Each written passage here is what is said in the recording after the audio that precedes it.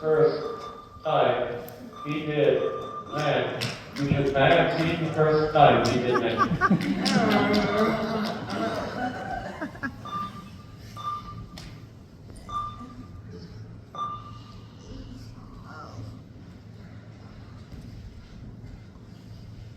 Our next speaker is Anthony Oates.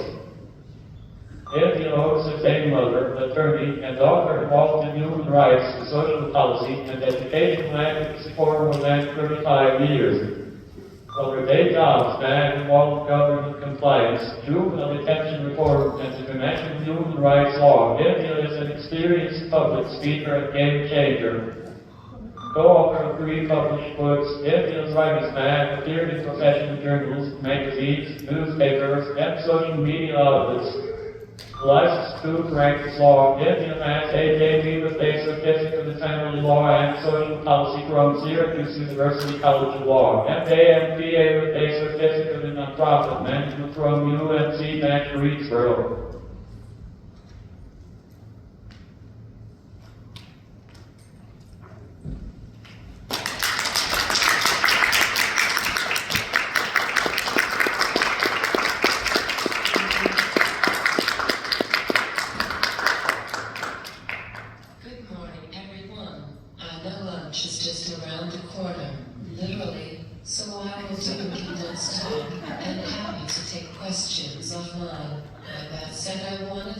From a couple of you first.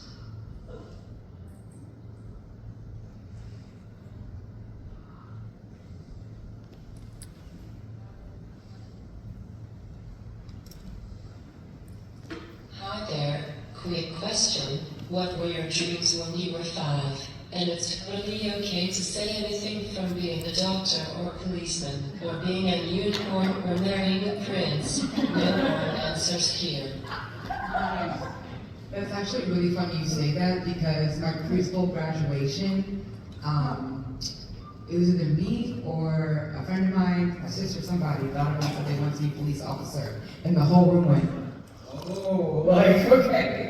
But when I was 5, I was dreaming of modeling, fashion, styling. Yeah.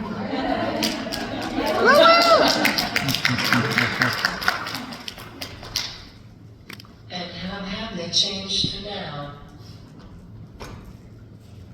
Well,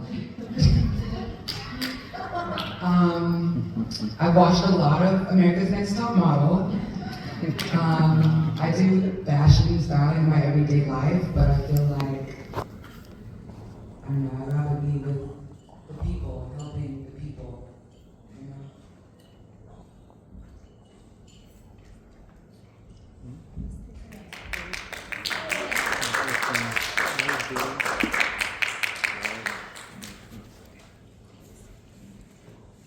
Hey Lance, same questions. What were your dreams when you were 5? And how have they changed to now?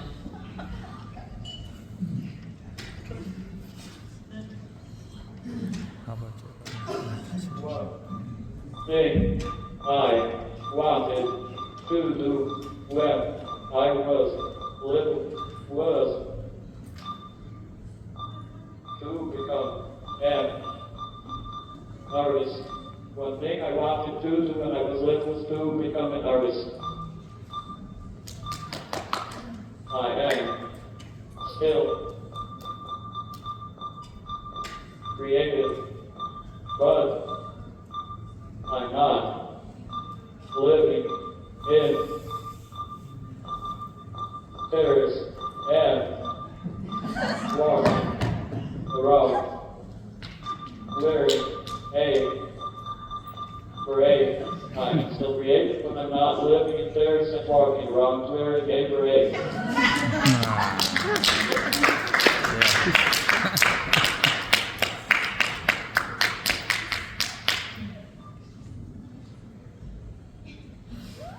Okay, anyone else want to be put on the spot with those questions?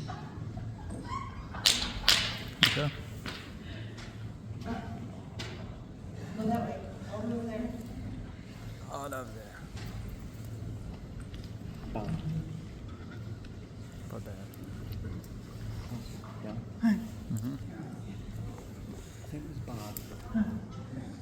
Adelaide. Fidel does too? Yeah. Perfect. Yeah. Okay. You ready? Okay. Great. Let's.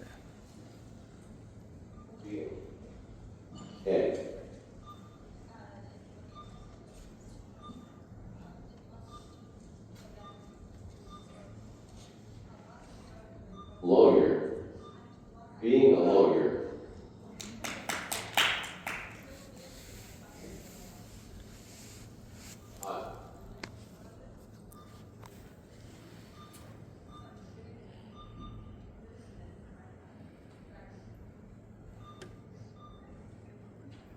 Skills.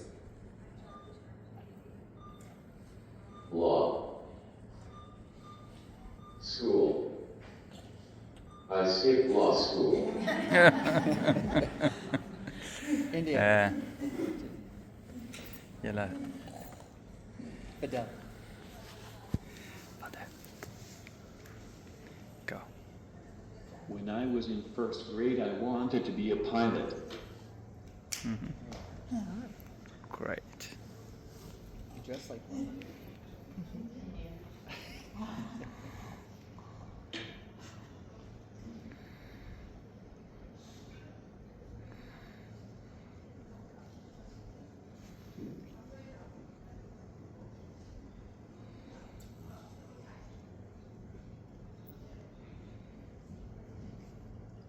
안 듣잖아, 이거.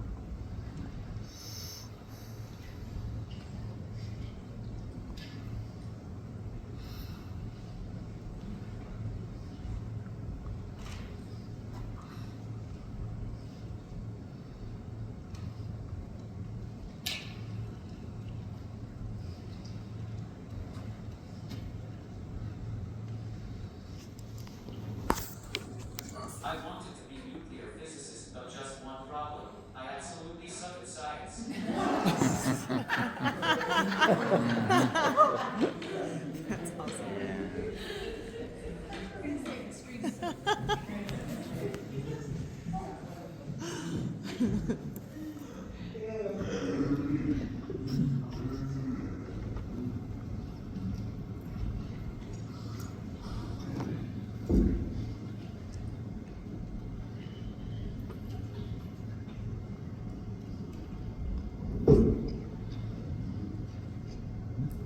Thanks for sharing all of that. I just wanted to get you all thinking of how you perceived things as a kid versus now, and maybe start asking yourself what influenced those changes, which brings us to a different kind of talk from me today, without my usual data or statistics or slides, although I was able to throw in at least one quote, which is actually what I will start with now.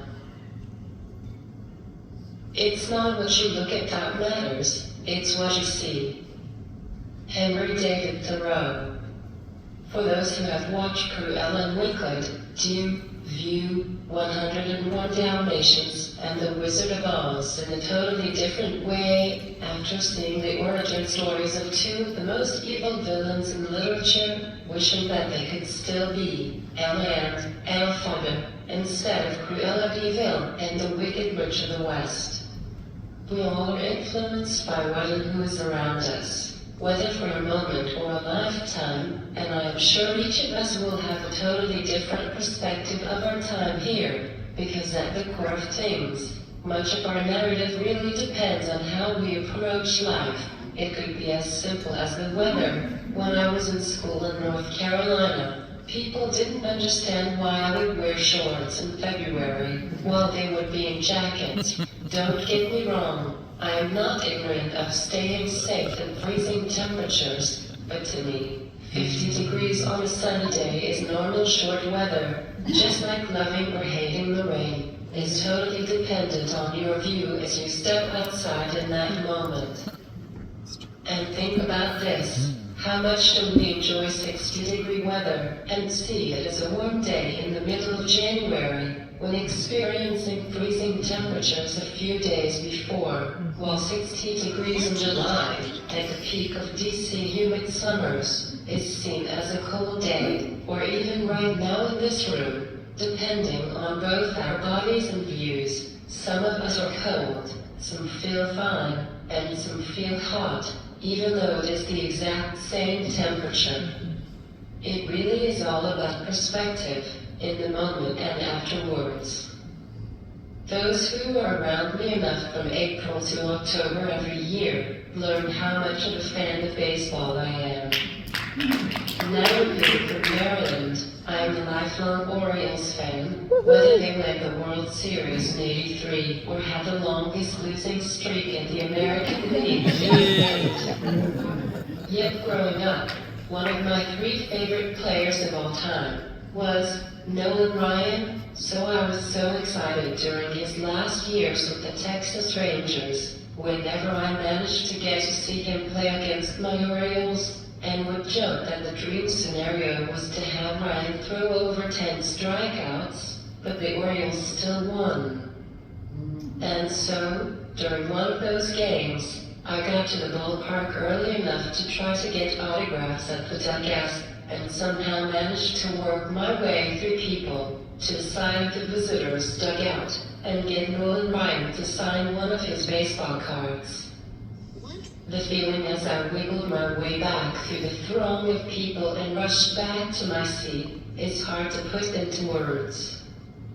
It was a total rush that I actually got an autograph, all on my own, from one of my all-time favorites.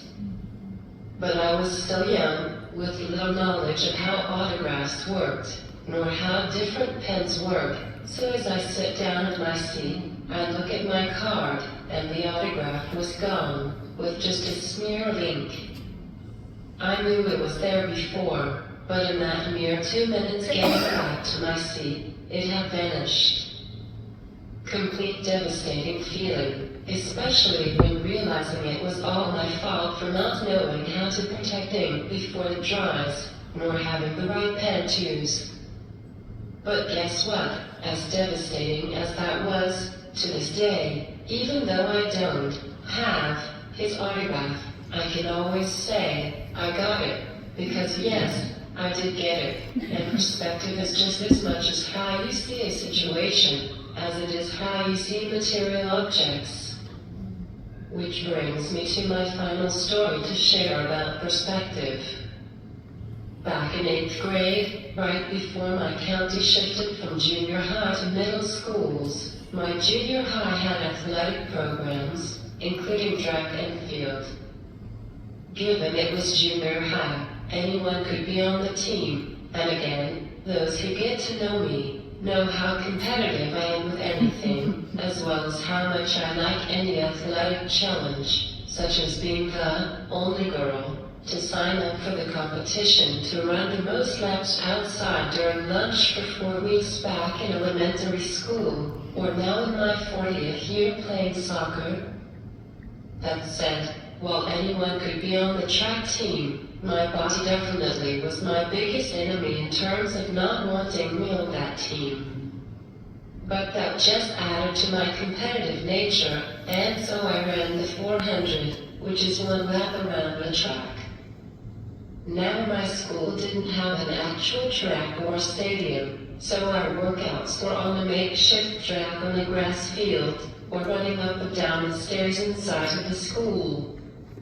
I went to every single meet against other schools, ran the 400 every time, and came in last place every single time. Yet at the county championship, as I was walking off the track after finishing last yet again, The high school cross-country coach stopped me and asked if I would consider being part of our team in the fall.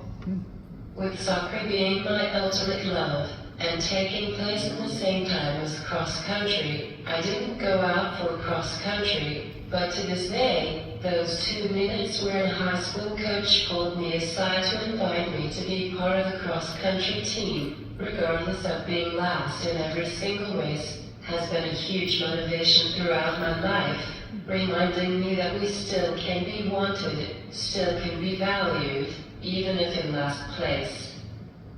And then I got another shocker when my school was handing out year-end awards.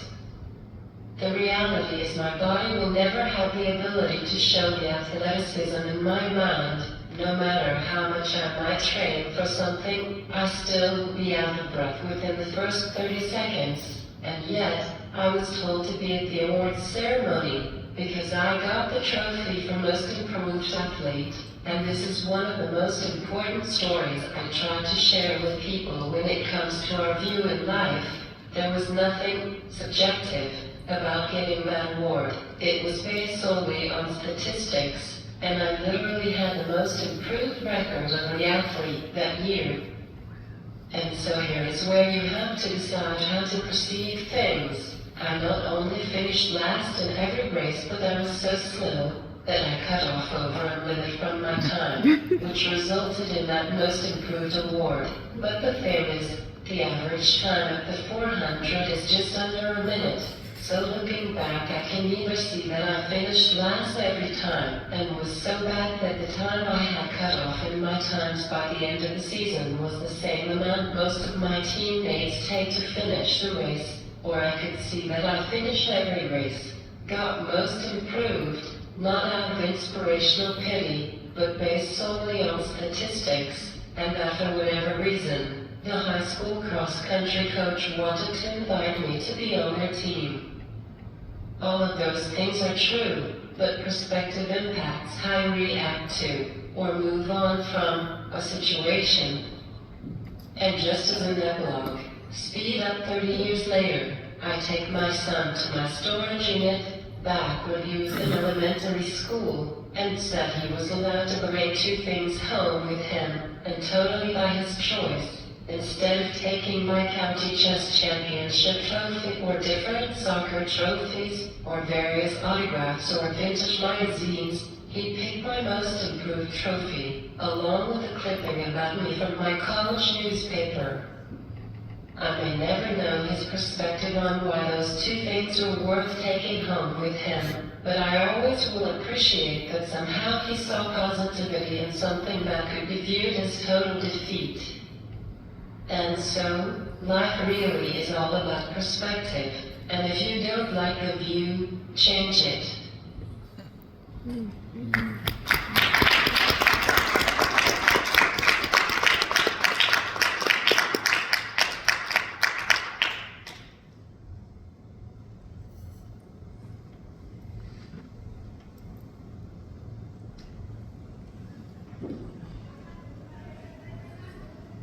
I think we have time for one question.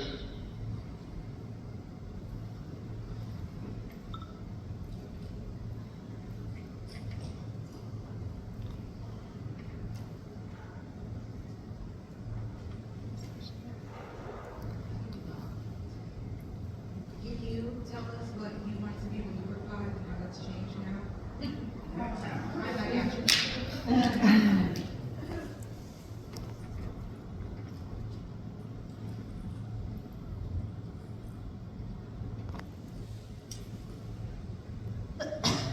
Lawyer, and that's exactly what I did.